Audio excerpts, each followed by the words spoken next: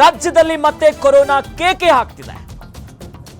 ಬೆಂಗಳೂರಿನಲ್ಲಿ ಅತಿ ಹೆಚ್ಚು ಪ್ರಕರಣಗಳು ದಾಖಲು. ಮೆಟ್ರೋ ಎಸಿ ಬಸ್ಗಳಲ್ಲಿ ಮತ್ತೆ ಕಡ್ಡಾಯವಾಗುತ್ತಾ ಮಾಸ್ಕ್ ಅನ್ನೋ ಪ್ರಶ್ನೆ ಮೂಡುತ್ತಿದೆ.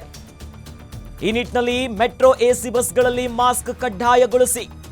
ಮಾಸ್ಕ್ ಕಡ್ಡಾಯಕ್ಕೆ ತಜ್ಞರು ಸಲಹೆ ಕೊಡ್ತಿದ್ದಾರೆ. ಕೆಲ ಪ್ರಯಾಣಿಕರಿಂದಲೂ ಕೂಡ ಮಾಸ್ಕ್ ಕಡ್ಡಾಯ ಮಾಡಬೇಕನ್ನೋದಾಗ ಆಗ್ರಹಿಸುತ್ತಿದ್ದಾರೆ ಜನರು. ಮೆಟ್ರೋದಲ್ಲಿ ನಿತ್ಯ 8 ಲಕ್ಷ ಜನರು ಪ್ರಯಾಣ ಮಾಡ್ತಾರೆ ಪ್ರತಿನಿತ್ಯ. ಎಸಿ ಆಗಿರೋದ್ರಿಂದ ಸುತ್ತಲೂ ಬಂದಿರುತ್ತೆ, ಗಾಳಿ ಹೊರಗಡೆ ಹೋಗಲ್ಲ. ಇಲ್ಲಿ ಸಾಮಾಜಿಕ ಅಂತರವನ್ನ ಕಾಯ್ದುಕೊಳ್ಳೋದು ಸಾಧ್ಯವೇ ಇಲ್ಲ. ನಮ್ಗೆ ಗೊತ್ತು ಮೆಟ್ರೋದಲ್ಲಿ ಹೆಂಗಿರುತ್ತೆ ಅಂತ. ಇಂಥ ಜಾಗದಲ್ಲಿ ಕೆಮ್ಮಿದ್ರೆ ಸೋಂಕು ಬೇಗ ಹರಡುವಂತ ಭೀತಿ ಎದುರಾಗ್ತಿದೆ. ಇದೇ ಕಾರಣಕ್ಕೆ ಮಾಸ್ಕ್ ಅನ್ನ ಕಡ್ಡಾಯ ಮಾಡಿ ಅನ್ನೋದಾಗಿ ಸಲಹೆ ಬರ್ತಿದೆ. ಸರ್ಕಾರದ ಆದೇಶದ ಬಳಿಕ ನಿರ್ಧಾರ ಅಂತಿದೆ ಈಗ ಬಿಎಂಆರ್ಸಿಎಲ್.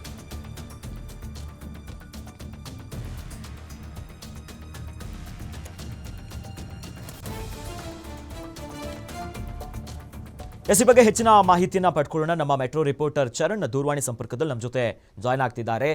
ಚರಣ್, ಈಗಾಗಲೇ ಕೊರೋನಾ ಮತ್ತೆ ರಿ ಎಂಟ್ರಿ ಕೊಟ್ಟಿದೆ. ಜೊತೆಯಲ್ಲಿ ಸಿಎಂ ಸಿದ್ದರಾಮಯ್ಯನವರು ಈಗ ದಿಢೀರಂತ ಸಭೆ ಕರೆದಿದ್ದಾರೆ. ಸಭೆಯಲ್ಲಿ ಯಾವೆಲ್ಲ ತಜ್ಞರು, ಯಾವೆಲ್ಲ ಸಚಿವರು ಭಾಗಿಯಾಗ್ತಿದ್ದಾರೆ. ಮತ್ತೊಂದು ಕಡೆ ಆರೋಗ್ಯ ಇಲಾಖೆಯು ಕೂಡ ಫುಲ್ ಹೈ ಅಲರ್ಟ್ ಆಗಿ ಟೆಸ್ಟಿಂಗ್ ಬಗ್ಗೆ ಸುತ್ತೋಲೆಯನ್ನು ಹೊರಡಿಸಿದೆ. ಈ ಬಗ್ಗೆ ಹೆಚ್ಚಿನ ಅಪ್ಡೇಟ್ಸ್ ನೀಡ್ತಾ ಹೋಗೋದಾದ್ರೆ ಚರಣ್.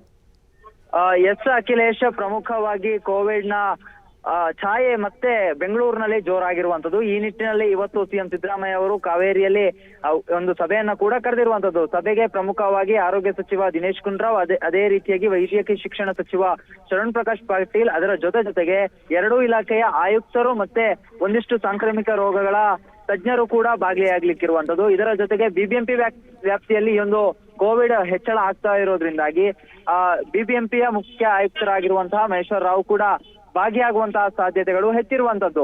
ಮತ್ತೆ ಬಿಬಿಎಂಪಿಗೆ ಸಂಬಂಧಪಟ್ಟಂತೆ ಆರೋಗ್ಯ ವಿಶೇಷ ಆಯುಕ್ತರಾಗಿರುವಂತಹ ವಿಕಾಸ್ ಕಿಶೋರ್ ಕೂಡ ಈ ಒಂದು ಸಭೆಯಲ್ಲಿ ಭಾಗಿಯಾಗ್ತಾರೆ. ಸಭೆಯಲ್ಲಿ ಪ್ರಮುಖವಾಗಿ ಬೆಂಗಳೂರಿನಲ್ಲಿ ಯಾವ ರೀತಿಯಾಗಿ ಕೋವಿಡ್ ಹರಡ್ತಾ ಇದೆ ಅನ್ನೋದ್ರ ಬಗ್ಗೆ ಒಂದಿಷ್ಟು ಪರಿಶೀಲನೆ ಮತ್ತೆ ಚರ್ಚೆ ನಡೆಯಲಿಕ್ಕಿರುವಂತದ್ದು. ಮತ್ತೆ ಇದನ್ನ ಯಾವ ರೀತಿಯಾಗಿ ತಡೆ ಹಿಡಿಬಹುದು, ಮತ್ತೆ ಕಂಟ್ರೋಲ್ ಹೇಗೆ ಮಾಡಬಹುದು ಅನ್ನುವಂತ ಬಗ್ಗೆ ಕೂಡ ಚರ್ಚೆಯನ್ನ ಮಾಡುವಂತದ್ದು. ಈಗಾಗಲೇ ಆರೋಗ್ಯ ಇಲಾಖೆಯಿಂದ ಟೆಸ್ಟಿಂಗ್ ಬಗ್ಗೆ ಸುತ್ತೋಲೆಯನ್ನ ಹೊರಡಿಸಲಾಗಿದೆ.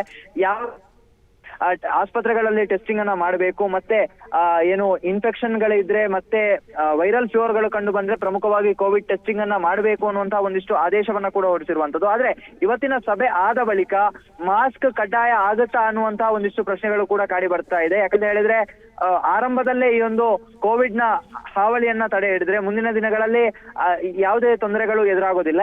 ಆದ್ರೆ ಇನ್ ಕೇಸ್ ಏನಾದ್ರೂ ಈ ಜೋರಾಗ್ತಾ ಹೋದ್ರೆ, ಕಂಟ್ರೋಲ್ಗೆ ಸಿಗದ ಹೋದ್ರೆ ಮುಂದಿನ ದಿನಗಳಲ್ಲಿ ಒಂದಿಷ್ಟು ಸಮಸ್ಯೆಗಳಾಗುವಂತಹ ಸಾಧ್ಯತೆ ಇದೆ. ಈ ನಿಟ್ಟಿನಲ್ಲಿ ಇವತ್ತು ತುರ್ತು ಸಭೆಯನ್ನ ಕೂಡ ಕರೆದಿರುವಂತದ್ದು.